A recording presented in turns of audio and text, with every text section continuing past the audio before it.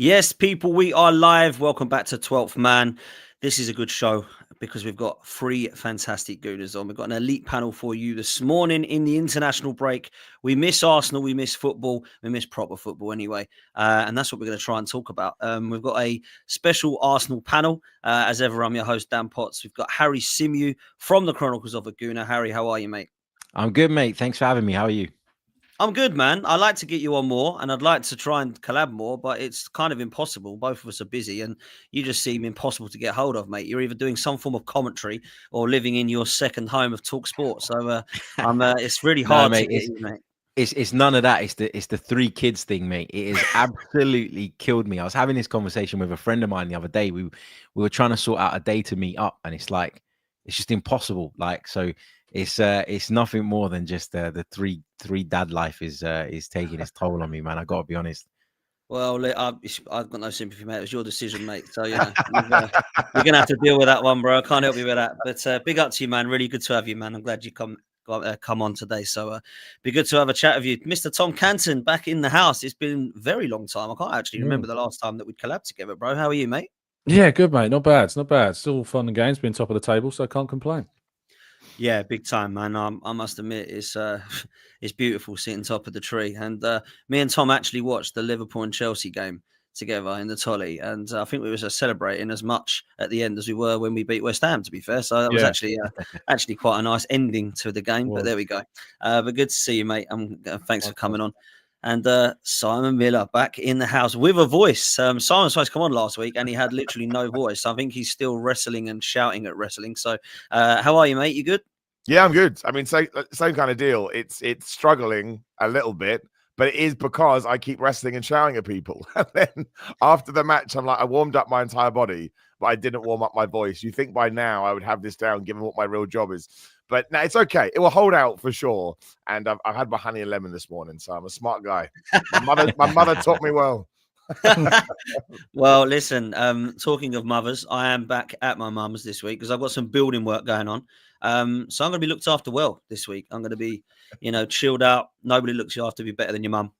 So, I shall be relaxing this week. And do you know what? It's nice because it's international break.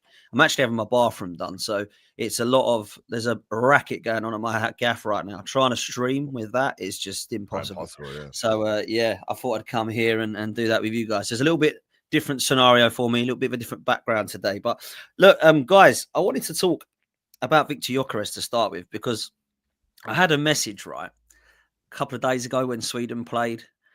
From a rival fan, of course, not an Arsenal fan. Oh, Victor Gyökeres didn't score again. I see for Sweden, he didn't score again. And apparently Alexander Isak played and he didn't score either, but no one mentioned Alexander Isak. It seems that when Victor Gyökeres doesn't do something at the moment, everybody seems to get on his back. I'll start with you, Harry. I don't know if you've had this, bruv. Look, I really wanted Victor Gyökeres at Arsenal out of the names that we were sort of linked with. Alexander Isak, I think, was everyone's favourite to get, and everybody wanted him. But when it was looking like he was unobtainable / wasn't going to come to Arsenal, I wanted to get Victor Gyökeres because I felt like he was the one on fire, he was the one on form, and across Europe to score that amount of goals is pretty impressive. When we signed him, I was excited, but I was willing to give him a bit of time. I didn't expect him to come in and be an Erling Haaland. But it seems everyone else does, bruv. Like the first game at Old Trafford, he didn't score. Well, okay, it's one game. And it got to the stage where now we're 5, 6, 7 games in.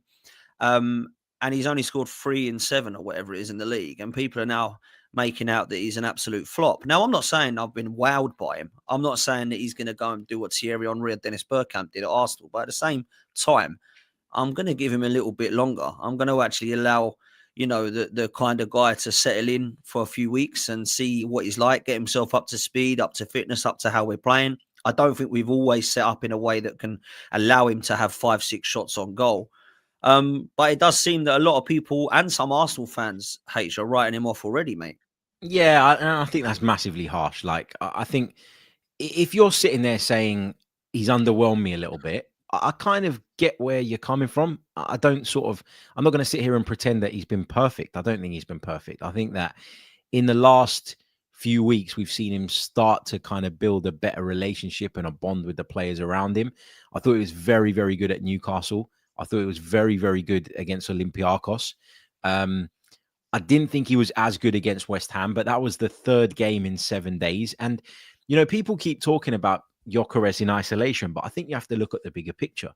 And I think the bigger picture is that if Kai Havertz was around and available, I think that you take some of not just the goal scoring burden, but the physical demand off of Gyökeres as well. Even if Gyökeres started all of those games and Havertz came on for the last 20, 30 minutes, you're saving 20, 30 minutes of Victor Gyökeres. And I think he's struggled to get up to speed fitness-wise and also produce the same output in terms of performance at the same time. It's not an easy thing to do. I was a little bit surprised that Saka took the penalty the other day. I know it was his 200th appearance, and I know he wanted that 100th goal contribution and all that. But I feel like if I'm Mikel Arteta and I'm the manager, I'm saying my number 9, who was brought in because he scored the most goals in Europe last season, he's my penalty taker, and that's that.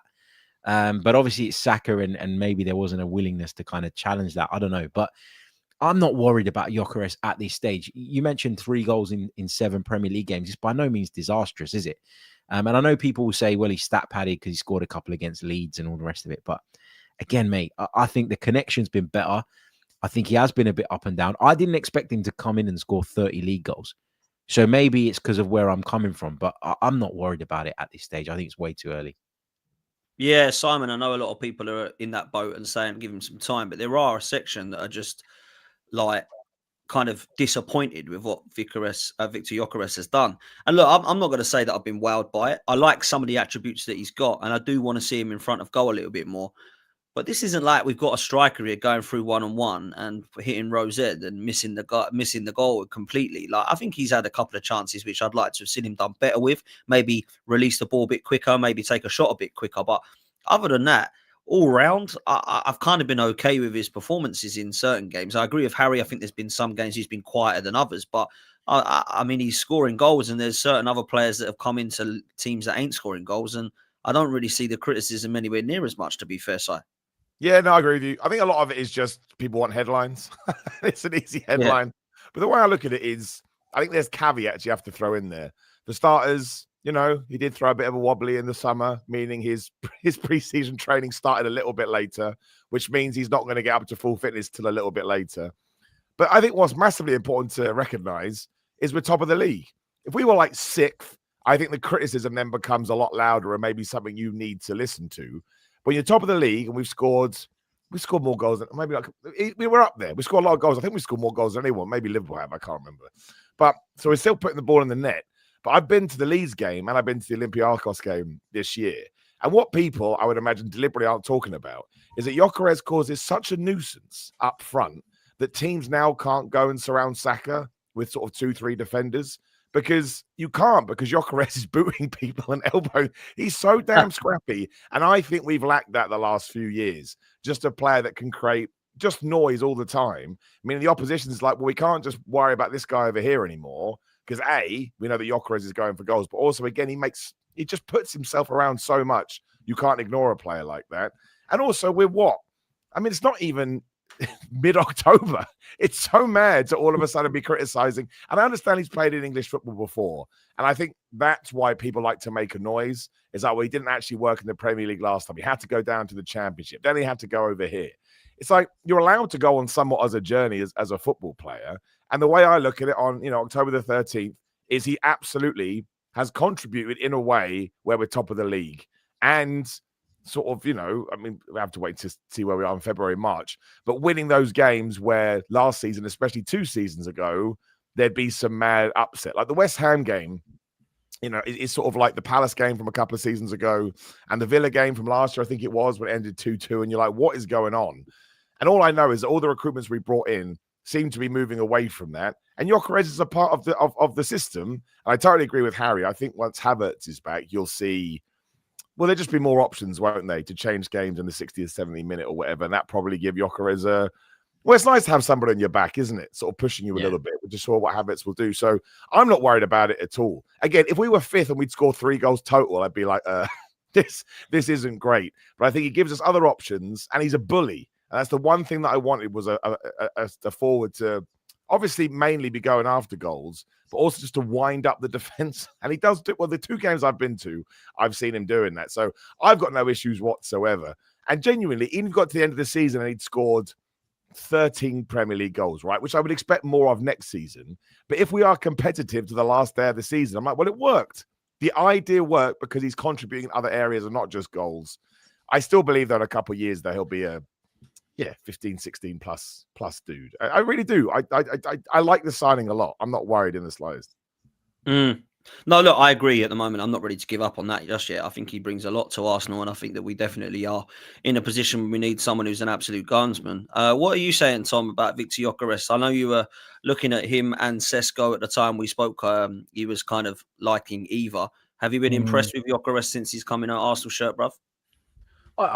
I think he's done about what I expected, to be honest. As the boys have talked about very well, he's still exceptionally early on his time at Arsenal. Not only that, but if you look at kind of the upheaval in the forward line over these opening 10 games across all comps, like he's played with what? He's played with Saka on the right. He's played with Madueke on the right. He's played with Dowman winning him a penalty on the right. He's played with Eze and Ødegaard at the 10 and Winnable at 10 as well. He's played with Trossard and Martinelli and Eze on the left-hand side. So he's not just joining a new team, coming from a side in Sporting who pretty much played most of the time, the same 11, couple of changes here and there. But he's learning a new team in a new league with like 9 extra different players around him that he's learning the different movements of, the passes of, where he needs to be in different situations. A much more complicated system and setup at Arsenal. And he's still managing, I think, to improve week on week. The goals aren't flowing like we thought they might at the beginning of the season, but his runs are improving. I think his touch is improving. His speed's improving in behind. I think he looks more threatening. He's getting on the end of chances more now. I think there's only like 4 players in the league that have scored more goals than him anyway at this stage as well. So it's not like, he's trailing behind everybody. And obviously, Isak's not one of them, having missed at the start of the season. Haaland, of course, is, but I feel like Haaland always kind of gets put as kind of the benchmark. But the reality is that Haaland's kind of in a league of his own, really. And I know that we've got to try and look at having a player that's as close to that because that's the competition. But Arsenal's strength, and to be honest, most of the strength of the teams that have won leagues in the last however many years as well, haven't necessarily come from having that clinical number 9. Last season, the season before last with Haaland, of course, was really the only season until you go back to when Aguero was starting week in, week out for City, that was the case. Most of the time, if Liverpool and City were winning leagues, they were doing it with goals shared around the entire team, more so than coming through one bottleneck point through the centre forward. And Arsenal's style isn't really to play in that way with one kind of main goal scorer. It is to have a wealth of goals throughout the team with lots of different players contributing. And Gyökeres' role is not just going to be about getting on the end of chances. It's going to be about making runs that aren't found to open space for others. It's going to be about holding up the ball and bringing others into play as well. And if he ends the season, with, say, as close to 15 Premier League goals as he can get, I think that you're looking at as a realistic outcome for his first season. And as long as everybody else, your Sakas, your Ezes, your Ødegaards pick up the slack, and at the moment they are, others are scoring on a regular occasion throughout the team, then we should be fine. But I think that the main reason why this is even a topic is because the current state of fan media is just to point fingers at your rivals and try and find a little chink in the armor, to be honest. So that's why we're talking about something we probably wouldn't be talking about, say, 20 years ago. I agree. And I don't usually care what rivals think, but I just find it very embarrassing that there are a number of players right now that are actually genuinely struggling to even assist, let alone score. And Gyökeres, if you count what he did in pre-season, I think he's got 5 or 6 goals already in his first 9 or 10 games.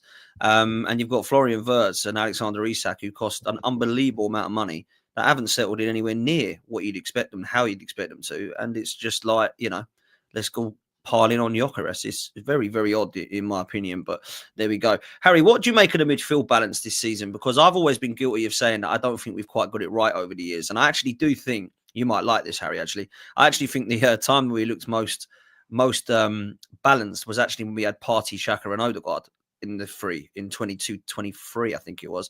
And since then, we've obviously brought in Declan Rice. We've seen Mikel Merino playing there. Ethan and Eze and Ødegaard have all been in there. We've had Thomas Partey and Jorginho over the years, and now it's Martin Zubimendi.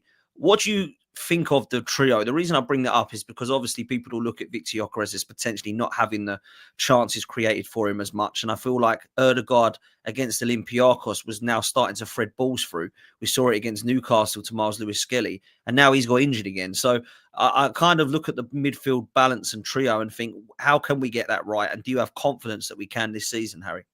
First of all, you're right to mention this great man. Still got this. I'm so pleased that you've still got that, by the way. Still got it. It's on my desk and it's not moving. I've even moved house and it's still made its way here. I love that. Since then. No, look, the midfield balance has been, I think, the maybe the biggest debate over the course of the season so far. And I don't think Arteta's got it right every single time. I think he had a kind of choice to make. Look, when he lost Ødegaard, and he's lost him a few times this season, I think he had a choice to make. You either go one way where you're a little bit more expansive, but you take a bit of a risk in terms of your midfield's ability to defend effectively. And you play maybe in one area, or you play Eze in there or whatever. Or you go the other way and you make the midfield a bit more robust and you make it a bit more functional, and you play in a slightly different way. Where I've had an issue with some of the coverage of it is that Mikel Merino is not a defensive midfielder. So when people say, you know, Merino was in the side and that was 3 defensive midfielders, that is nonsense. It wasn't. But I agree that midfield lacked balance and it lacked enough creativity, I think. What we've seen is that Ødegaard is so important to the balance of the midfield, because what he is he's a bit of a two-way player in that he can get forward and be the 10, but he's also got the work rate and the defensive presence of mind, I think, to drop deeper and help out in other areas. And without him, we struggled to find that balance.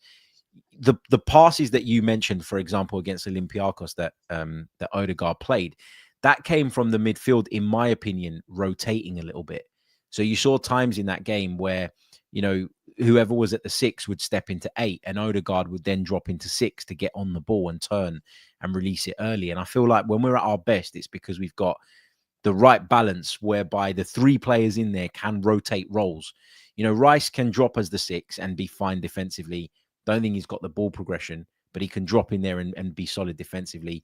Zubimendi can step into an 8 role and play the ball from that sort of area. We know he can do that. And Ødegaard can do a bit of everything as well. So having Zubi, Rice and Ødegaard, for me, that's the best 3 in terms of just having that constant ability to rotate and having different ways of hurting people and opening them up.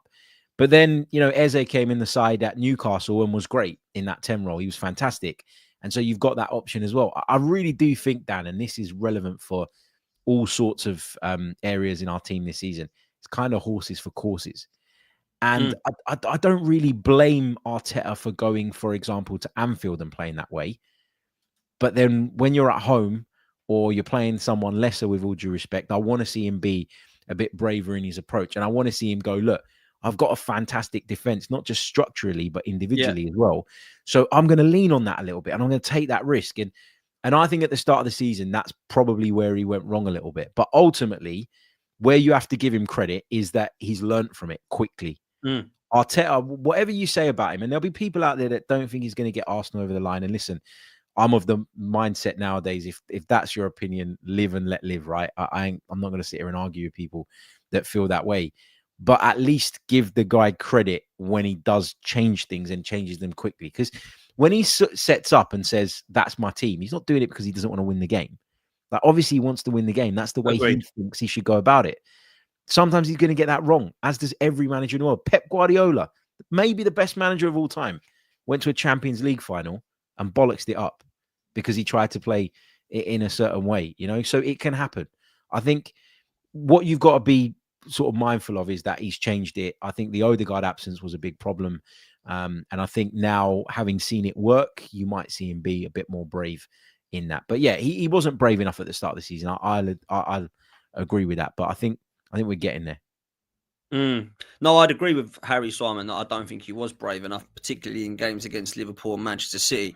Ironically, I ended up giving him quite a lot of praise in the West Ham game where he changed it and went more attacking. And then Ødegaard got injured again and we went back to being defensive after about 10 minutes because Zubimendi and Rice came on. Having said that, although I did praise him for being a bit braver, I actually thought we were better when Zubimendi came on against West Ham. I thought we controlled the midfield and was so much better. So I think Zubimendi and Rice are probably the two that are definite. So then it depends, injuries, I suppose, on what happens with Odegaard. I wanted to ask your opinions on the same question, Simon, and where Eze fits in for you in this mold, because a lot of people are saying he has to be central. Some saying he can play on the left, but I think Mikel Arteta might have worked out pretty quickly that he is better in the middle, because we've seen him play centrally in the last few games. So I wanted to get your thoughts on that.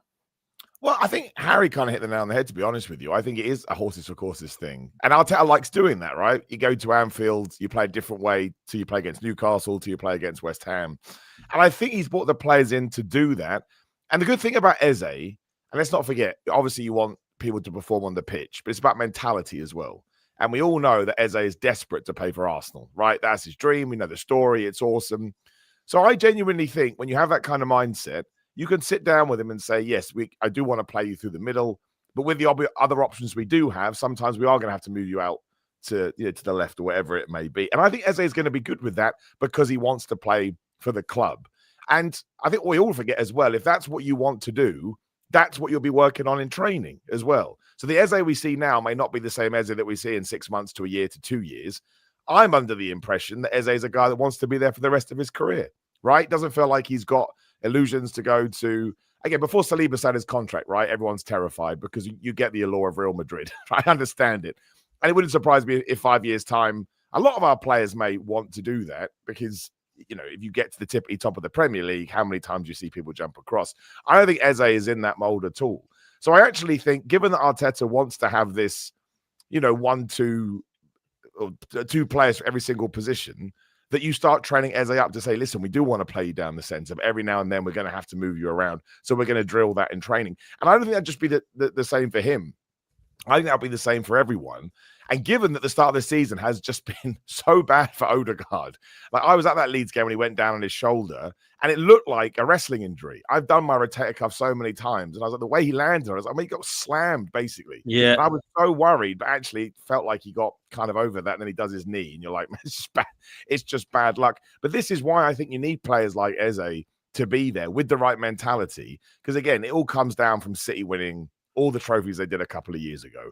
One person would go on and the person that came off, everybody said it was like, this is fantasy football. It's totally ridiculous.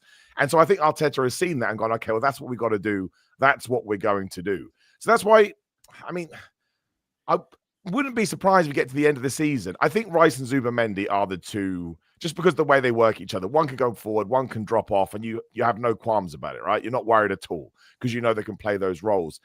And it kind of feels to me like everybody else will fit in depending on the opponent that we're playing. Because I do think Arteta is very adaptable. I thought that last year as well. I still think he made a mistake against Liverpool now, given what we've seen other teams do when they play Liverpool. They do not like people running at them whatsoever. But again, I'll always come back to the fact that as we sit here today, we're top of the league. Obviously, sure, we'd have 3 more points if we'd beaten Liverpool. But if that's part of the process and that's part of the learning curve, I'm happy for Arteta to sort of take a fail there, as long as next time I see that he's developed from it. And at the moment, that's what I see all the time. So I do think you're going to see Eze. I don't know how long Odegaard's going to be out for. Some people say 6 weeks, some people say 12 weeks. I mean, again, the media just seems to throw numbers out there to cause somewhat of a fracas. But the fact we now do have Eze to sit in there means he probably will play that position a lot, which means he'll only improve. And I just don't think it's an issue getting Odegaard back and then, oh no, what a terrible position to be in, to sort of top draw players.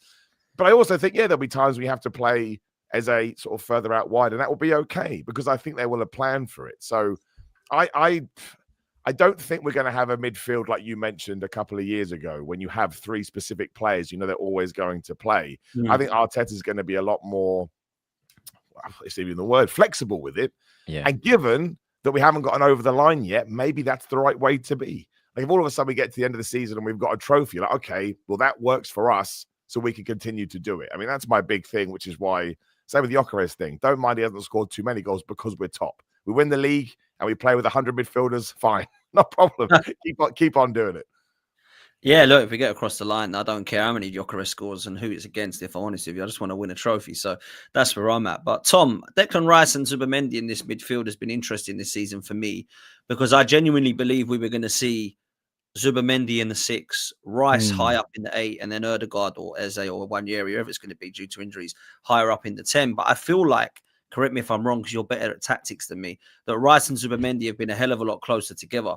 And they've been more of a double pivot. And I've actually really enjoyed watching both of them. I think that Rice has got that engine, covers every blade of grass. He's obviously superb on set pieces. And Zubimendi, I've been quietly confident and impressed pleasantly with his performances, particularly on the ball. I think sometimes he can get pushed off it a bit, and physically he's probably not a Thomas Partey. But certainly for me, on the ball, I think he's very comfortable. So what have you made of this kind of double pivot, so to speak? Yeah, it's so funny. I remember having talks on the show at the beginning of the season about how I wanted us to move to a 4-2-3-1 rather than the 4-3-3. And funnily enough, that seems to be kind of the structure that we're doing. But it's not like a defensive 4-2-3-1 because the two, Rice and Zubi, push, again, we're dominant. They push quite high up and we end up kind of suffocating teams into their own defensive third. And it's proven really important that for me, the best signing we've made this season has been Zubimendi. Yeah, I just feel he's having the biggest impact on the team at the moment. I think shout out obviously to Mosquera. I think has been a surprise package, of course, but Zubimendi has been excellent for us, and the way in which he's evolving that midfield and taking it to another level for me. You know, Partey his output for Arsenal was an important step in where we went from when he arrived to where obviously went the point that he left. But Zubimendi for me is going to take things another step forwards in that number 6 role and turn Arsenal's midfield into something even better.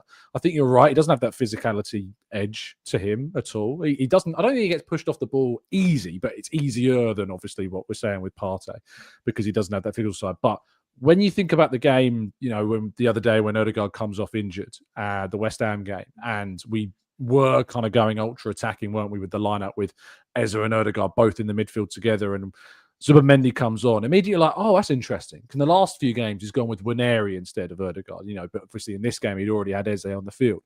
So he's going for the kind of the safer option, if you like. But in the end, I felt like Zubimendi's arrival and the way in which we kind of took the game to West Ham after he came on actually showed that we were, if anything, more efficient in how we attacked West Ham. Once Zubimendi came onto the field, the pass obviously in behind for Eze was excellent before we led to the chance that Rice scores from.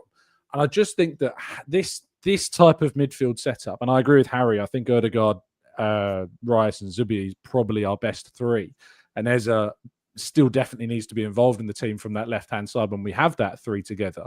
But I really look forward to seeing how this... And it's, by the way, if you look at all the commentary around Spain as well, and Zubimendi kind of taking on the role of Rodri in the Spanish national team, they're not concerned at all about not having Rodri, which is a hell of a statement considering Rodri, obviously Ballon d'Or winner of last year, and how important he is to that Spain team and how important he is to Manchester City's team. The fact that there is next to no concerns from a Spanish national team perspective about having Zubimendi coming in to fill the void of Rodri not being there shows you just how highly regarded he is. And, you know, Rice, I think, is being allowed to evolve in his way and take his game to new levels. Obviously, I think he's involved more so in the goals and the creation than he was before. And I think that both of those combined just give Arsenal probably the best midfield platform of any team in the league at the moment.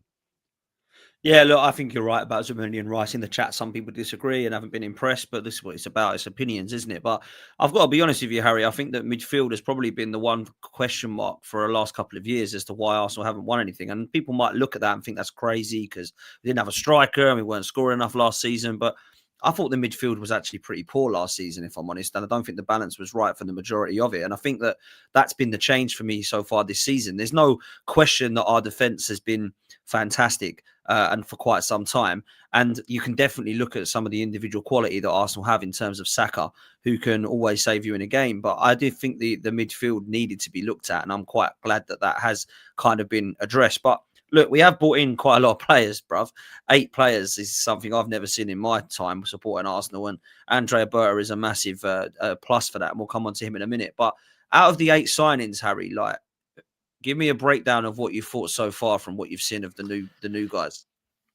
Just on that midfield point, though, very quickly, I feel like the attack was the biggest problem last season. I felt like the midfield at times was a little bit unbalanced, but I think attack was the issue. And look, you mentioned it there, 8 signings. That's a lot of players to bring in. And I think that there was always going to be a bit of a period at the start of the season where we were going to have to try and figure it all out. not just, from a manager's perspective, but the players were going to have to figure it out as well. All of a sudden, you got a 9 that plays in a completely different way. How do you adapt your game to find him? You've got a winger in Madueke who was playing at the start of the season, who plays a very different game to what Saka plays, wants to go on the outside a lot more. So I think that's been the kind of issue. And obviously you couple that with the crap fixture list that we had from the start of the season. And I know you play everyone over the course of the season, but you'd rather face those teams when you've had a chance to iron out some of your issues. I think the start that we've had is probably about as good as we could have hoped for, really. But then, okay, on the signings, I think Zubimendi's impressed me. I worried that he wasn't going to be able to live up to the physical demands of the Premier League. But I always said that it could work if you adjusted Rice's role to kind of have him as a bit of a guardian for Zubimendi at times. I know that sounds like I'm playing down what Zubimendi is, but having Rice going both ways, you get the max out of Rice. Whereas if you just have him breaking into the opposition's box as an 8, you're taking away something from his game that he's very good at, which is protecting, covering, eating up ground, etc. Madueke impressed me. I got to say, I still want to see more from him in terms of outputs like goals and assists, because it felt like every time he was dribbling past someone, it was a celebration. And that was probably in part because of how much negativity there was around him when he arrived at the football club. So, I get that as well, but I still want to see a bit more. Eza, really impressed with him, but we knew what we were getting in him, top player. I'm trying to think who else we signed. There's been so many. Nkapia we've barely seen yet, so you can't really cast a judgment on him. Mosquera's been outstanding. Look, I think the signings have been good so far, and it's about the depth that we now have. And that is why, for me now, there isn't really any excuses. And I'm not sitting here saying that we should be ramping up the pressure on everybody in October, because I think that, me, Dan, you know me for a long time. That's not my style. But having this squad, having this team that we now have, and having a manager who's a good few years into it now, I think it removes a lot of the excuses. But, I feel like we're in a good position to fight for the trophies that we want to fight for. And come the end of the season, hopefully we're all celebrating. But yeah, I think the business in the summer was good. And it was, as you say, unprecedented in terms of how big Arsenal went. And again, when you think about it, man, we didn't really bring in anything, did we? It's significant, in terms of letting players go. So whether we've got the right manager in, whether we've got the right players in, all of that is up for debate and will be until Arsenal get over the line. And I understand that, and that's fine. But you can't really question the club's ambition at the moment, is the thing I would say. Like, it feels like they're doing everything within their power to try and make it happen. But ultimately, there are so many stakeholders in this, and there's so many people that are responsible. Like, I was having a discussion on my pod earlier today where someone said, if Arteta doesn't win anything, would you sack him? And my answer was, well, what's the context of it? Because if we get to the Champions League final, Bukayo Saka misses a penalty in the 90th minute and then we lose on penalties, am I going to sack Mikel Arteta for that? If we lose the league on goal difference on the final day because Liverpool put 7 past someone, am I going to sack Mikel Arteta for that? Like, I'm not saying that everyone should be given, license to continue for as long as they want. And when everybody should never be annoyed about not winning or not getting over the line. I'm just saying that context is really important. And I find it impossible to predict what the context will be in May from October. And that's why I'm a little bit more reserved in the whole, we've got to win or he's out type thing. Yeah, look, we'll come to that definitely, because that's something I want to get people's opinions on. I was having a bit of a back and forth last night about if we win a trophy, should he stay? And of course, the context is which one and how do you win it and where do you finish in it? It's context for everything, isn't you there? You can't win a trophy in October, can you? So, like, what's the point in having that debate? Exactly. Like, you can't win in October. It's impossible.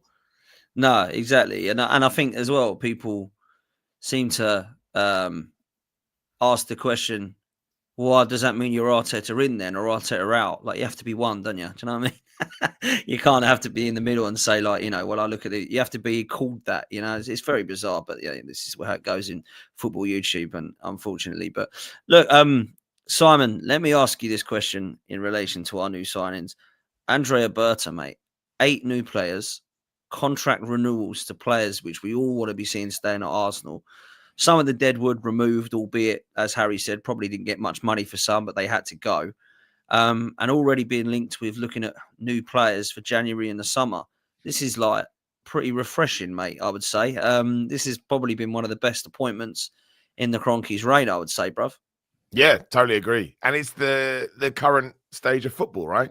If you're not doing that, you're going to fall behind. That's the issue, because Liverpool will do it, City will do it.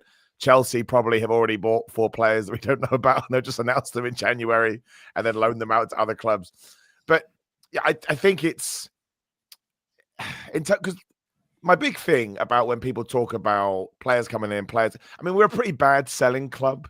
I think Oxlade-Chamberlain is still our sort of top ever sold for like what 30 million or something back in 2017 or something mad.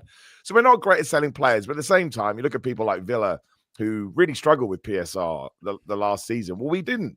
So clearly we're doing something right in the right areas because we were able to bring these players in. But that's why it kind of does tie into the Arteta conversation, because Harry hit the nail on the head. It's all about context. Because if all of a sudden we had imploded this year and we were down in sort of 12th, 13th, instantly people would be saying, well, you didn't bring the right players in. Why didn't you bring the right players in? Some people blame the board. Some people blame Arteta. And it just all falls apart. Whereas now you look at it as almost like a ladder. It's like the first step was you have to bring the players in, because we know that Liverpool are going to bring players in and City are going to bring players in. So we bring the players in. And then we want to see how they're going to perform on the pitch. Again, October the 13th, we're top of the league. Excellent. That's good stuff. And the next step up the ladder is obviously proving that's enough to get you over the line and win a trophy.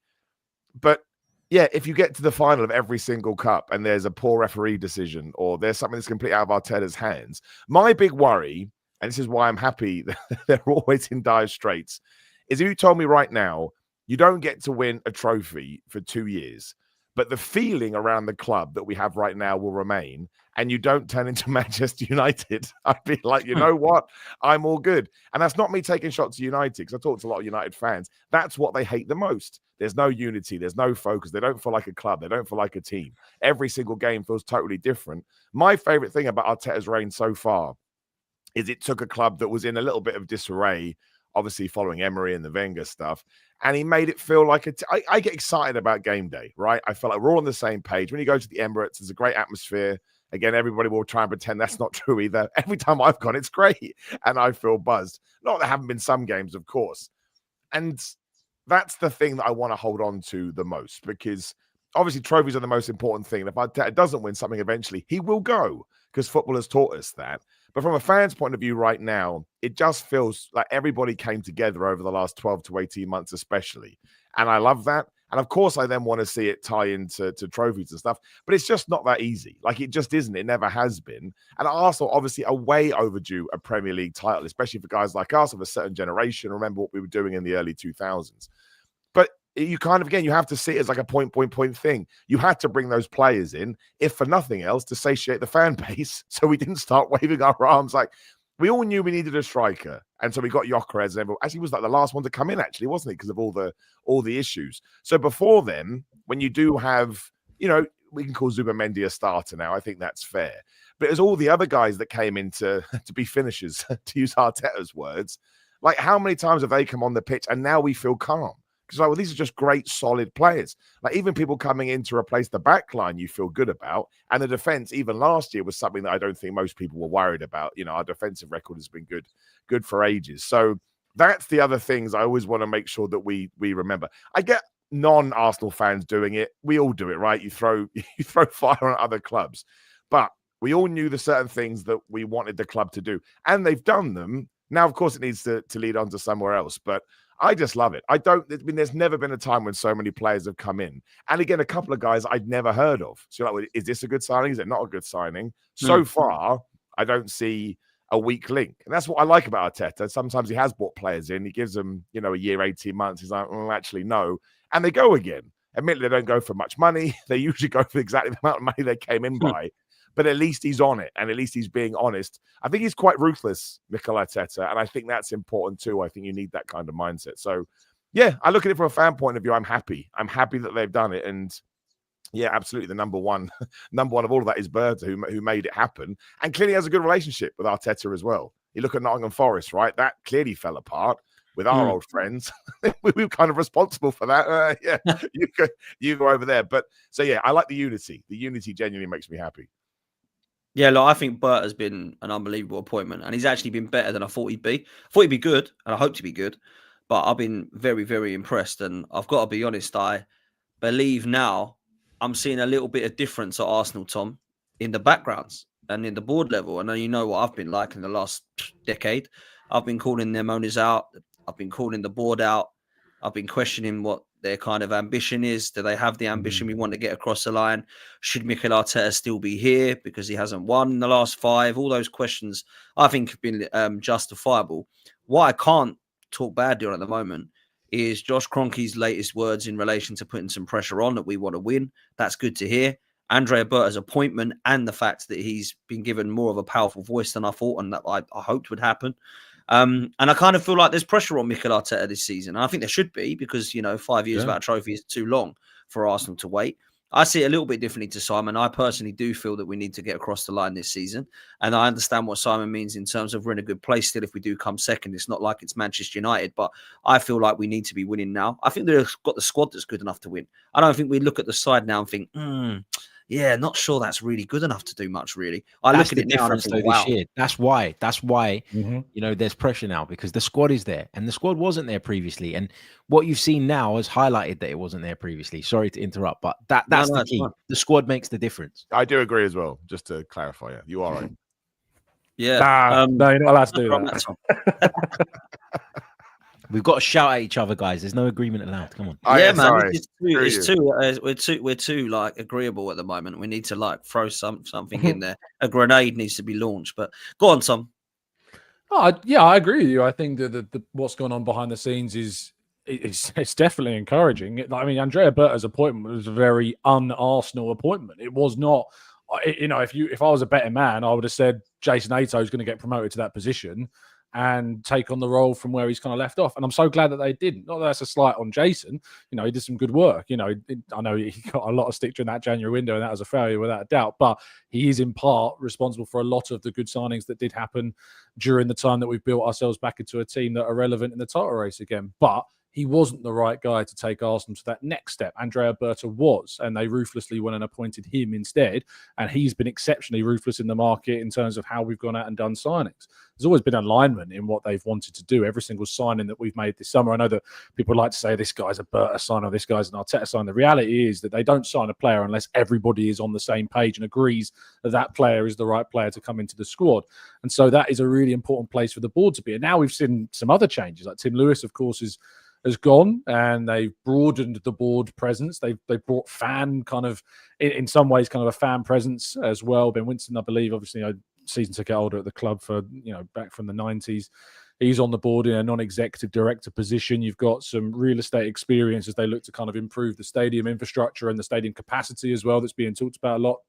Also, so look, it's a positive place to be. I feel pretty good, about Arsenal right now. I get the pressure 100%, and being in a position where you've got a squad as deep as Arsenal's, I think it's the best squad in the league. I think in terms of we've been smart in how we've invested. You look at the fact that 2025 investments, Arsenal were the third highest. In 2025, Liverpool have spent more, Manchester City have spent more. And so we're in a position where even though we've spent less this year than those two clubs, we now have a better squad. That's a testament to those making the decisions about who we're signing and how we're signing those players.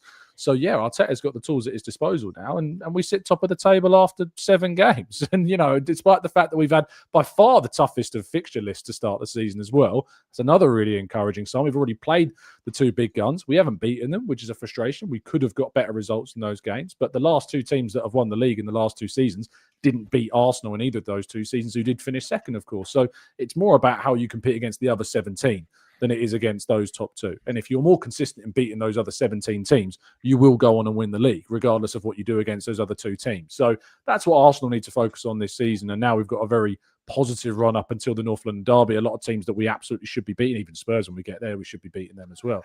So I think, the last 2 games, Newcastle, West Ham, that's a net gain of 6 points on the results from last season.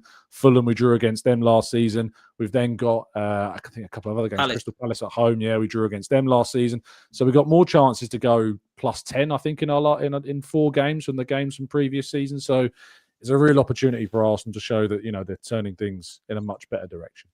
You know Yeah. what though, Dan, as well. I do think like, and I was quite defensive of Edu when he was in charge at Arsenal, because what I could see was the club getting back on track and building up towards where we are now, right?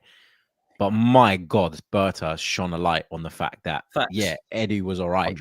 100%. But my God, he's nowhere near this level. And I hold my hands up, because at the time when sort of people were getting onto Edu's back, I used to say, yeah, but look at where the club was. And I appreciate that Berta's come in at a time where Arsenal are in a much healthier state. And it's, for example, easier to convince these players to stay on because the team's in a stronger place and has been there for a few years. I appreciate it's easier to convince players to join us when we're in this state versus what we were when Edu took over. But like, worlds apart. And you look at Edu, he's gone to Nottingham Forest and the Marinakis group, and he's already upset Nuno, and he's already had to make a replacement, and now they're already talking That's about Edu with more Ange out. control as well. Exactly. Harry, as well. Like So, at Forest, he's got more power than he had at Arsenal, and look at the result as well. yeah, So exactly. I defended Edu a lot as well, and I'm in the same position as you. That some good things happen. There's no doubt about that, and he has to be given the credit to being involved in Arsenal, of course, going from where they were when he first arrived in 2019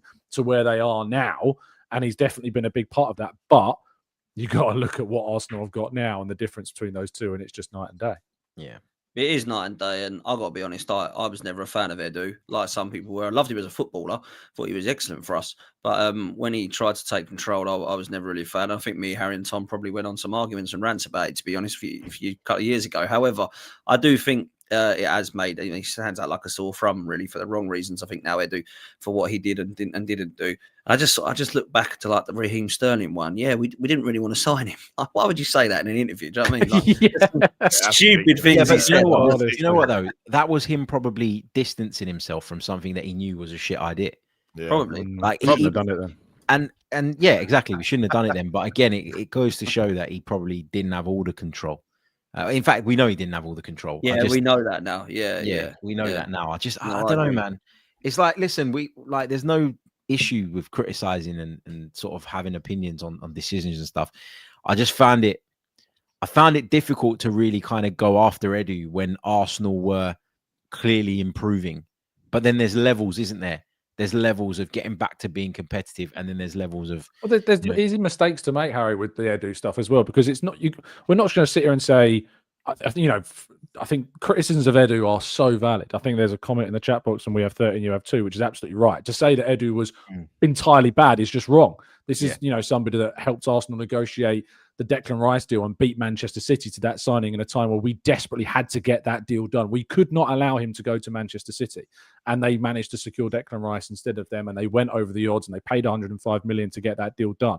So there are things like that definitely. This is a guy got 30 million quid for Eddie Nketiah, like in his last full summer. Like in the end, we got some good sales, and no disrespect to Eddie, but that was not his market value, and he did very well to get that figure for him, despite, and turned down bids of 25 million pounds for him toward the end of the window in the hope that 30 million would come in, and that was paid dividends. But the reality is that Andrea Berta is just, and I think there's also the context as well, is that the time at the start of Edu's tenure where we had to basically cancel contracts and get players gone because no one was coming in for them, that's also worth bringing into the conversation.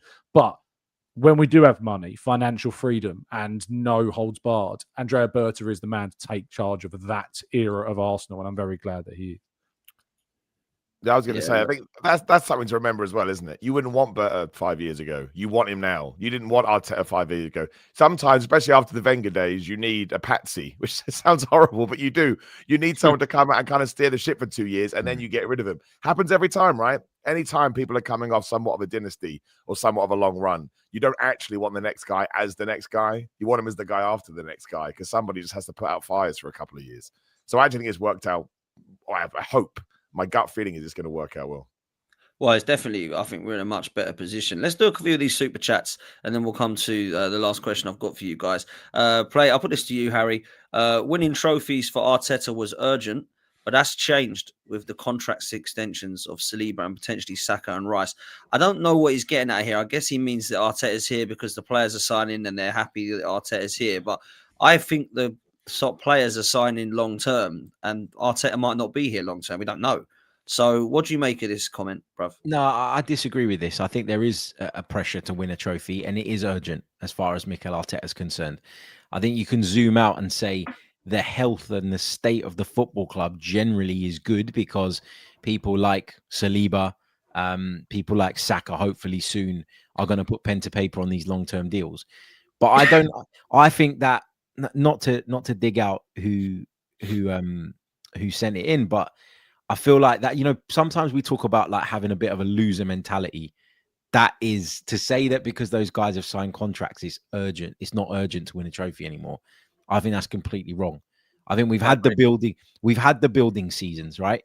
And I've been as patient as anybody during those building seasons because I realized where we were coming from in terms of how far the club had fallen over the number of years. But no, there's no way that I'm going to sit here at the end of the season and say it's okay if we don't win anything because Saliba signed a new deal or Saka signed a new deal. Now that's great for the club and it's great for the value of the squad and it's great for in terms of the value of your assets overall and all the rest of it. But no, we got to go out. We got to win. We got to draw in it. We got to have something to crown off all this work with, because if you don't, then nobody's going to care in 20 years' time about the job that Mikel Arteta done at Arsenal.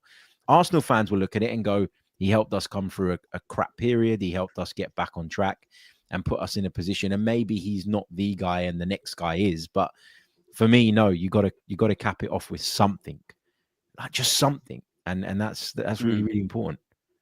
No, man, I think there's unbelievable pressure to win a trophy this season. I really do. But look, we'll come to that in a minute. Big up to Shane for the raid. Absolute legend. Make sure you're following Shane Gooner. Everyone, go and show him some love. Make sure you're following every single one of these guys as well. You've got Harry Simu on Chronicles of a Gooner. You've got Simon Miller on YouTube. And you've got Tom Canton from the Gooner Talk TV. Make sure you're showing them some love. Hit the like button, people, as well. There's over 400 of you in here. Make sure you hit like and subscribe to the channel. We're getting on the road to the next target, which is the big 60K. So make sure you come and show some love there as well. Simon, I'm going to put this to you because Pav's in the chat. Big up to Pav. He's putting a super chat saying, wow, Simon Miller is an Arsenal fan. I didn't know if you're a football fan, let alone an Arsenal fan. He says, do you give Arsenal signings this year a golden up or a brown down? I mean, it's going up, right? Absolutely. The highest honor I can give with my stupid review system. But no, I mean, we just kind of talked about it. If some players had come in and not hit the ground running, you'd start to raise an eyebrow. But even the dudes I'd never heard, I didn't know a lot about some of them. They've come in and they just seem so... Some of them aren't even sort of like game changers. They just fit into the system that Arteta wants to play. And that sort of makes me happy. Like, it's like, hey, I don't have to be worried now when somebody goes down because I know someone's coming on that can just fit in that position and totally understands what their role is going to be. And then Eze, to me, felt like a cherry on top of all of that, because I convinced myself it wasn't going to happen. Then, of course, Havertz got injured and it kind of felt like the wheels sort of shifted there. But maybe they were planning it all along. I don't know. But no, it's I would say in recent memory, it's the best transfer window we've had. I mean, the only one I can think of, I'll be forgetting something here, but the one that always sticks out is when Ozil signed, just because it felt, oh my gosh, we're getting Ozil. And it was just so exciting because that's the time we were sort of in no man's land as well. But that now looking back kind of felt more like, well, let's get some headlines and let's get some goodwill as opposed to let's sort of fix the issues we have with the team. Whereas now it feels like, well, as every single person here has said, it feels like we filled some holes that we needed to fill, but also now that we all expect to win a trophy. And if we don't, we'd be like, well, what happened? Because it's not going to be the squad now because we have the squad. So where is it that we actually fell down? And that's where the Arteta conversation comes in, right? If you do not win the trophies and you believe the squad has been well taken care of, you look at the manager. Okay, it's the same for every single club in any single league across the world. I'll be surprised if we don't. But the issue is, if we win the Carabao Cup, whatever it's called these days, it won't be enough. And I like that. I want to point out, I like that. I fell out with a Spurs fan the other day about this. But you can win the Carabao Cup, and that's great for you. It's not enough for Arsenal. Look, you want to win everything. But if that's all we won, the conversation would still be there in the summer. Nobody could ring up any sports station in the world and say, oh, but we won the League Cup, without instantly getting, what, you think that's enough, do you? Do you know what I mean? It just would happen. So again, it comes down to that context thing that I think Harry mentioned as well. Every little thing is going to be scrutinized, which is why ultimately you need a Premier League or you need Champions League. And of course, I think I don't know what most Arsenal fans would say. I always lean a little bit towards the Champions League, even though the Premier League is the bread and butter, because I'm sick and tired of rival people going like, well, you can't sit at the big table. You've never won. I get so bored of this stupid argument that people come up with. But either one is great, right? You're not going to be upset with either one. No, I totally agree. And it's a nice segue to close on that question, to be fair. Let me bring up the last super chat from Lawrence. Big up to you, Lawrence. Hope you're well, mate. He says, how's this for irony? The Fulham owners own the Jaguars, while we have the Cronkies who own the Rams. So while Arsenal play Fulham on Saturday, the Jaguars play the Rams at Wembley on Sunday. That is a busy weekend for both those owners. There's no excuse for Stan not to come and have a watch of the game, then, is there? Maybe we'll see Stan. Silent Stan might make He'll have to leave his ivory tower and come and watch a game of football, won't he? Yeah, man, that's fair. To be honest, that is fair. Look, let me throw this to you guys, to you, Tom. Gouda Rican TV says he can't just win any trophy. It has to be a major. Now, I don't know if the Cronkies and Berta have a massive say as much as we think in this. I think they should, and I think they probably will have. But I had a bit of a back and throw last night about the League Cup, funny enough, because I said that as long as Mikel Arteta wins a trophy and takes Liverpool or City, whoever is that we think might win the league if we are to come second, if we take them right to the last game week 38, and we do win the League Cup, then I would keep Mikel Arteta for another year. And that's coming from me, who's not been a massive lover of him and believes in him as much as some.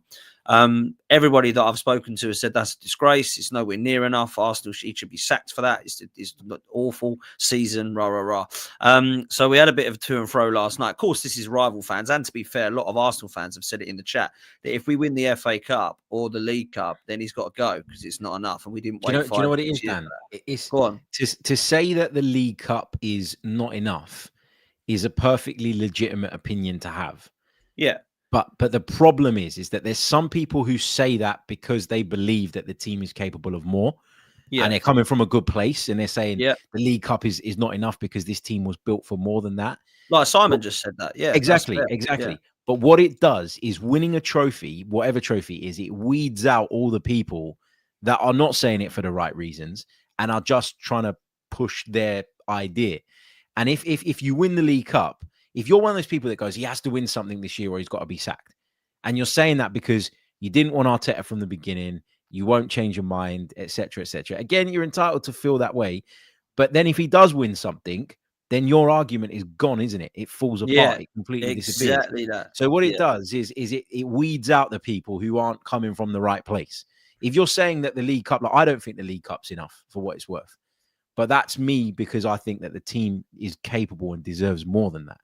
But if you're saying it just because you want an excuse to, at the end of the season, say Arteta should be sacked, well, if he wins the League Cup, at least that takes that out of the equation, doesn't it? And that argument becomes. And the thing is, Harry, what I can't do at the same time, right, is say he won the League Cup. He deserves to stay for another 5 years. It's incredible what he's done. That'd be going completely over the top. But what I can do is go, I'm happy for him to go and have another go now because he's installed winning mentality within that side. Yes, I want the Premier League. Yes, I want the Champions League. And yes, I want the FA Cup all above the League Cup. But if the League Cup's the only thing we're going to win, I'd rather take the League Cup and go take Liverpool to the last game of the season. If we go and get the League Cup, he comes fifth, then we can remove him because he's clearly had a bad season, right? But for me, if you're going all the way to game week 38 like we did 2 years ago, and you're just falling short by goal difference or by a point, but you're lifting something, I see that as successful. Now, I live in an era where I celebrated in 93 that League Cup, which nobody else probably did because they all thought it was dusty. Well, I can tell you that Tony Adams didn't, and George Graham didn't, and Kevin Campbell and Ian Wright and Martin Keown did not go, oh, crikey, we've got to go and lift this bloody pot in a minute. That's all right. Sure, I'd rather go home. They all loved it, right? So I don't go to any of those finals going, oh, shall I bother today? No, I'll go and watch the Hollyoaks Omnibus, I think. I can't be bothered to go to that dusty League Cup. Who's going to do that? So I treat those as big because I grew up winning them. Some people don't. They look at it and go, oh, that just gets in the way. Get out of that competition quick so we can go and concentrate on the league or the Champions League. So I understand that the FA Cup and the Carabao Cup do not take priority over the Champions League or the Premier League. But if he wins one of them, I'll be willing to give him another season. Now, this is coming from me, who's not been a fan and probably would have got rid of Arteta a long time ago, right? But there's also an argument to say that ain't enough, Dan. And I wouldn't go, you're deluded. I'd go, fair play, let's replace him. Yeah, that's where I'm at. But go on, Tom, you have a say on this. I know you have a say on it.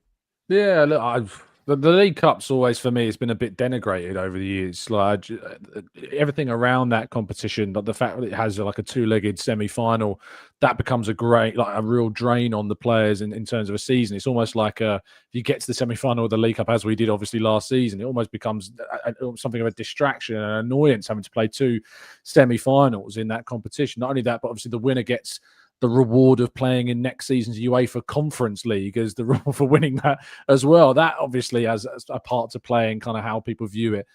At the end of the day, I want to see Arsenal win trophies, and I empathise with the perspective of if Arsenal only win the League Cup this season, that'll be seen as something of an underachievement, and I would probably agree with that because I think, as Harry and Simon both point out, we are capable of more. This squad is capable of more. The manager, for me, is capable of more.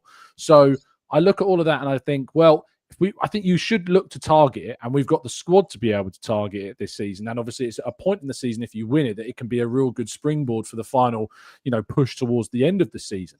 So there is, in no world do I, with this current team, I did in previous seasons, but not with this current team, I'm looking to sacrifice the League Cup at all to further our gains in other competitions. Because frankly, our B team is probably good enough to qualify for the top four on its own in this current iteration of the Premier League. You look at how good our second string squad is. So there's no reason really why we should have any excuse, unless there's, again, like last season, a ridiculous injury crisis. And we have had our fair share of injuries. I think we've had a player or two injured in 6 of the 7 opening Premier League games, which is nuts. But this squad is good enough to be able to compete across all fronts and to take on those competitions and go far in those competitions. And if with 27 injuries, you can reach the semi-finals of 2 cup competitions last season and still finish second, there's no reason why we shouldn't be going further with the current squad that we've got now. I could not agree more. I think all 4 competitions, we should be going into the deep stages of this 100%. Season. I do believe that the squad's good enough. I don't look at a weak link so far. Like, there's players that are obviously not as good as some of our others, but when you look at our 11, it's pretty decent. When you look at the Carabao Cup side, that's the 11 outside of that, I actually do think we've got a very strong side that could go quite far in that competition as well. So that's kind of where I'm at, Harry. Look, let's get a bit of a close with a opinion of what we think will happen this season. We've got Liverpool looking a little bit of a mess at the moment. I know it's hard to say they're a mess because they're a point behind us, but they've obviously had a couple of bad games. Manchester City, I still think, look a little bit vulnerable.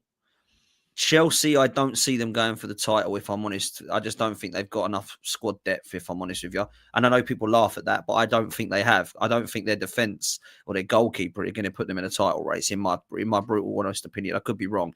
And I don't really see outside of that any of the others going up there with Liverpool, City and Arsenal. Tottenham, no. Man United, absolutely not. Newcastle, I don't think so. So I do think that Liverpool and City and Arsenal could be going for a 3-horse race this season. But I want to get your opinions on it, bruv.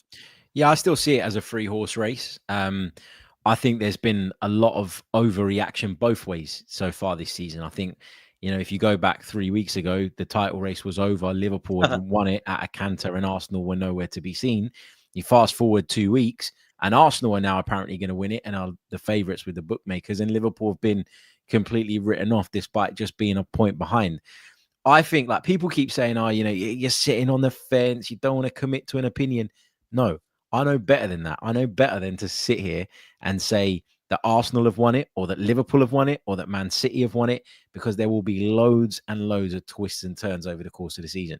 My prediction is that I think we'll have enough to do it this year. That's my prediction. But I've got many predictions wrong in the past. So, you take the predictions with a pinch of salt. But yeah, I just think it's going to be an interesting season. I agree with what Tom said with regards to the cup competitions. There was a time where we probably had to prioritize.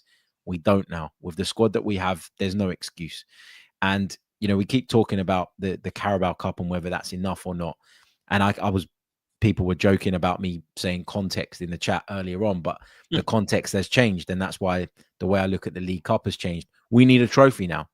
Whereas before, it was more important, I would argue, for Arsenal to get into the top 4. Well, we're going to get into the top 4 now. So you don't need to worry about that. What you need to worry about is getting that first bit of silverware with this group of players so that we can build on it. You think about the way Jose Mourinho came to England, won that first, created a springboard. Pep Guardiola always took that seriously. Obviously had a squad to be able to rotate and still get through.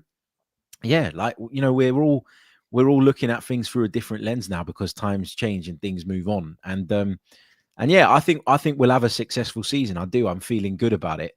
But also I know better than to get carried away, and I know better than to sort of think that something's a foregone conclusion in this league of all leagues. So yeah, that's where I'm at.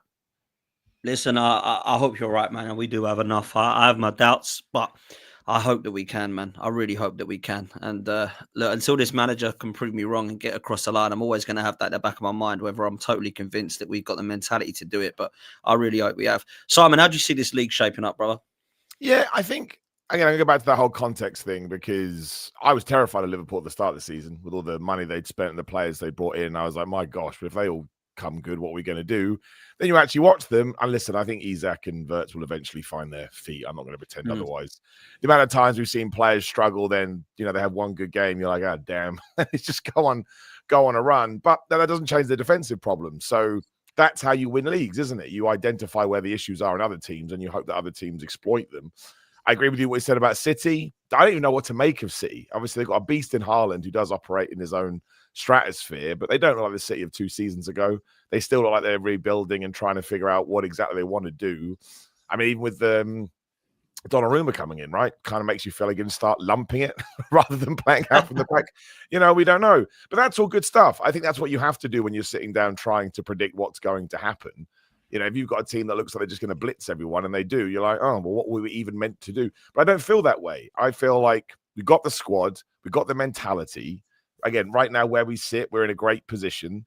And if we start beating the teams that have surprised us over the last 2 years, especially sort of 2 seasons ago, when all of a sudden it fell apart during that sort of last 4 or 5 month period, then there is no reason why we can't go on to do anything. And that's why, to me, it's all about where we are on that 38th game. Like, how do we feel as a team? How do we feel as a club? How do we feel as fans? What does the league tell us? And all of that. Because listen, we got to February and we did have a repeat of a couple of seasons ago. I don't think Arteta would make it through the summer. Like, I really don't. I think those loud Arsenal fans would be twice as loud, and especially with the money and the investment in the squad. But I also don't see that happening. I really, really don't. I think at very worst, we are talking last couple of games on a knife edge, feeling sick, feeling terrified. And it sounds ridiculous, but it's a great position to be in, because it means you're there. And it means whatever you did in the summer has actually worked out. But yeah, gun to my head, I'll be massively surprised. Champions League is both easier and harder because it's knockout competition. Once you get through, obviously, the crazy league, and anything can happen in those kind of a game. It's harder to win a league. If we didn't win one of them, I'd be surprised. That's where my gut is at the moment. I'm very positive anywhere when I go into a season, because at the end of the day, football is sport. It's meant to be fun. So if you're not going to have a positive foot forward, I think sometimes we can drag ourselves down. But that's not just based on this idea that I just want to enjoy myself. It's what I see on the pitch, and it's how I've seen us evolve even over the first 7 games. But yeah, one of them I think I think the best way to put it is it's a fair thing to believe in. Doesn't mean it's going to happen, and we can all be proven wrong and look like idiots. But if you're actually going to work with statistics and what we have at the moment, you can easily make that argument. And it doesn't just feel like you're saying it because you're an Arsenal fan. You actually have facts and statistics to back it up. So yeah, sitting here now, I would say one of the big 2 for sure. I can definitely see it. Yeah, what are you saying, Tom? Champions League, Premier League. I always get asked the question, which one do you want? Which is the easiest and hardest to win, man? I'm with the guy. I want the Champions League one with the big ears, as we call it, right? And we never had that, man. We never had the Champions League, and I so want to shut everyone up. But the Premier League would be amazing. How do you see the season shaping up for Arsenal, bruv? Yeah, look, I think we will in the Premier League. I think that Arsenal will and have got the strength to do it. The context of the other teams at the moment is all we've got to go off. And if you boil that down, at the moment, if you look at the data and the statistics, Arsenal are heavy favourites. I think the bookies have got Arsenal at evens, and the next highest is Liverpool at 3-1. I mean, that's mad, really. Wow. When you look at data, I think in terms of Opta's Champions League predictions, they've got Arsenal at 18% favourites to win the Champions League. I think next up is Liverpool at 14% and PSG with 13%. So I was doing an article the other day on it. That's why I know it off the top of my head. Nice. But that's very impressive. Otherwise, no, I did the research before. But yeah, I also think when you look at the man, people talking about Salah's not on it, City just Haaland, whatever. just for the record, if City or Liverpool don't win the league this season or the Champions League, just like to say that's a cataclysmic failure for them. Absolutely, facts. Absolute they've spent 400. Both of them have spent around 400 million this year on players. Arsenal spent 100 million quid less than that. If either of those two don't win the league, it should be going down as a cataclysmic failure for both of them to not win the league, because they shouldn't be. And if Arsenal end up winning it at, a canter, which is a potential option, I hope is what happens, and is certainly what people are predicting at the moment broadly, that would be one hell of an achievement for Arsenal, considering everything else that's gone around us. I know it's really easy to say, oh, you look at how they've started, look at what they've done. Why don't we have the accountability for them? Where's the accountability for their failures and for what they're not doing and for where they're not performing? Go on, Dan. I feel like you're on the edge. No. I'm listening. I'm good. I'm good with it. I'm actually with you. Liverpool have got to. You can't have Isak and Florian Wirtz. You can't smash the British transfer record twice in one window and not win the league. Like, that's just not acceptable in my opinion. And in fact, I'd go on further. I actually think they need to do more than what they did last season, which was win the league. I actually think they need to take at least 2 trophies to say this was worth doing. Now, a lot of Liverpool fans will say, nah, I'm all right, cheers, mate. I'll just take another league. However, when you look at it, I actually think they won the league last season. They've added 2 fullbacks, the striker everyone wanted, the most sought-after attacking midfielder. On top of that, they have to win trophies, in my opinion, as well. Now, it doesn't take away that Arsenal need to, because I think Arsenal absolutely must this season as well. But I don't think it means, well, Arsenal must, everyone else can just relax. It's just all on Arsenal pressure. Yeah. Like, I think there is pressure on Manchester City as well, like rightly so, because Manchester City have, in January of last year, spent around about 250, plus what they spent in the summer as well, on top of an unbelievable side that won the treble and did the 4-peat, right? So they should have pressure as well. So I agree with you, Tom. I actually do. Yeah, and just on top of that as well, like I'd chat to a few fans, like as well, Arsenal fans are kind of, I think in the mindset, Arsenal have to win the league this season, and they'll say things to me like, well, Liverpool and City have got credit in the bank. They've won recent titles. And I'm like, I don't expect you to keep that energy with Arsenal if we win the league this season. Because the energy should be, if we win the league this season, we go and win the league next season. Because the whole point for me about kind of looking at Arteta as manager and this squad, and why I've not necessarily jumped off the fence of saying I think it's time for him to go, is because I firmly think that where we're going leads to titles in terms of plural, going and stabilizing as a dominant force in English football. That's why I'm sticking with this record that we've got at the moment, sticking with this manager we've got at the moment, because I think that's where Arsenal are going to go. So I think people undermine their own arguments when they start to give slack to Liverpool and City and say, well, they've won the league last season, they've done this and that and the other. I'm sorry, but I don't get where your standards are really with those teams. If you're saying the standards need to be higher with Arsenal and we need to go and win this and win that and win that, and then you turn around and say these teams have got credit in the bank, these teams have won trophies, that doesn't fly with me, because I want Arsenal, when they win the league, hopefully this season, to win it the next season. And I won't be slacking off because we'll be like, oh, well, we won it last season. We got credit. No, I want Arsenal to be the dominant force in English football. And that's where I believe we're heading on a track towards. So no, the energy doesn't change just if you win the league. If you win the league, it's brilliant, amazing achievement. Give it all the credit it deserves. But then the new season starts the following campaign. You go for it again. So I tell those people, raise your standards, people, because they need to be a bit higher. Also, as well, like just on the whole expectation point as well, which, listen, I've said it a million times on today's show. I expect us to go and win this year, right? We should go and win this year. But if you rewind to the beginning of the season, who were the favourites? Liverpool were the favourites. If you go back to last season, I think it was Man City. If you go back to the season before, it was Man City again. So, like, we've never been, and again, it's not an excuse, but we've never been the favourites until now.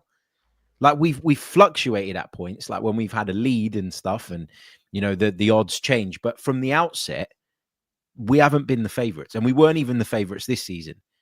But we know, because we've watched this team for a number of years now, we've watched them develop, we've watched them go out and recruit really well. We know that we're as good as anybody now, and that we should be there.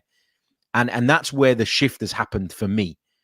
I'm not going to talk about previous seasons where I always, in the bottom of my gut knew that we were short and, 1 or 2 injuries could completely derail us. I don't feel that anymore. So that this has been the shift of a summer for me, where I look at it differently now and I expect it rather than I hope for it. And that's the difference, I think. Yeah, it's interesting for me to hear from a different side of the coin because, like, for me, I've been very much he's got to win or I think he needs to go. And last season, I thought was a disaster. And there has been times where I've looked and maybe I've been a little bit harsh on Mikel Arteta at times, to be fair, but that's just passion and the way that I feel. But I certainly do feel personally this season that there's no more excuses. I've looked at what Andrea Berta and Kroenke have provided it, looked at the tools that he's been given. I think Liverpool and City fans and pundits alike are agreeing that Arsenal have the best squad. They might not have the best 11 because I don't think we do have a Haaland and I don't think we do have a Salah and a Van Dijk, but I do think that we do have an unbelievable 11 and a brilliant squad.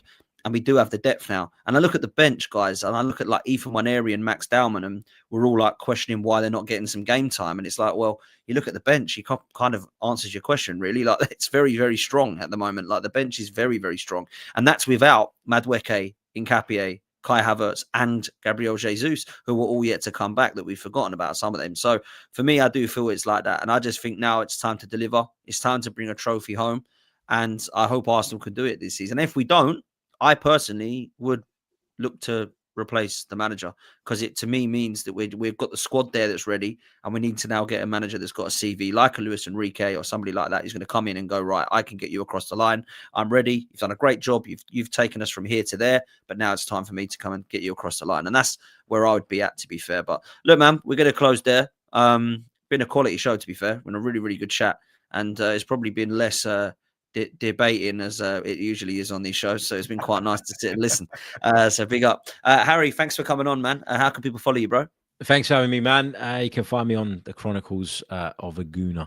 Other than that, I'll be sort of trying to make sure I've got enough nappies and trying to deal with 3 crazy kids. Yeah. Honestly, mate, like I've slacked off a little bit recently. I've got to admit, but it's a big life adjustment, and let's just say I wasn't ready for this.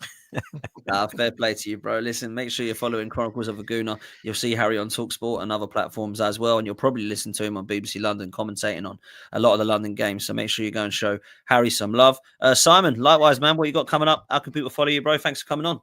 No, thank you, man. I always appreciate it. Yeah, just search for Simon Miller. You will find football, you'll find wrestling, you'll find fitness, you'll find all kinds of mad stuff that I've done. But yeah, any kind of support, any kind of a follow is always appreciated. But yeah, just type in my name and you'll be like, wow, that guy really can't pick a lane, can he? This guy talks about everything. It's absolutely true. I've overexposed myself, but I'm happy. So yeah, I love that, man. Love that, bro. Yeah, make sure you're showing Simon some love. You'll see him on the overlap as well, trying to argue with Jamie Carragher and co at some stages as well, if you haven't done so already. Yeah.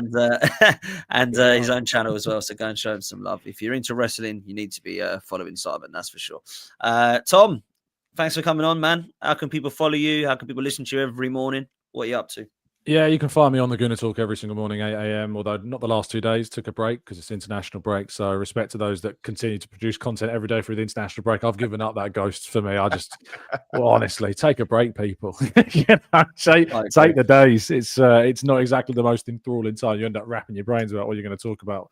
Saw Harry doing his unpopular opinions today. I mean, yeah, it's good. It's good, but I mean, I think people, I can encourage them, need to take a break as much as you can.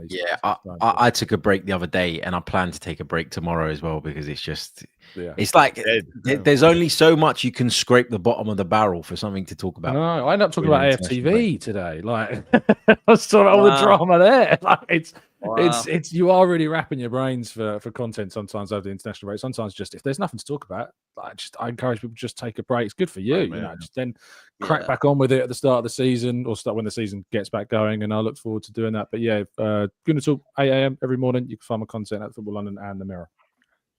Love that. Make sure you're showing Tom some love as well. Yeah, I've got to agree. There's a couple of days I'm taking off, man. I'm going to go away for a couple of days, Wednesday, Thursday, so I won't be doing any content then. But I'll be back this evening with a show, and I'll be back tomorrow. We'll probably drop something. And maybe it'll be the weekend after that, building up towards the Fulham game. So make sure you show some love, people. Make sure you hit like and subscribe, and I will see you again on the next one. We're out of here, people. Laters.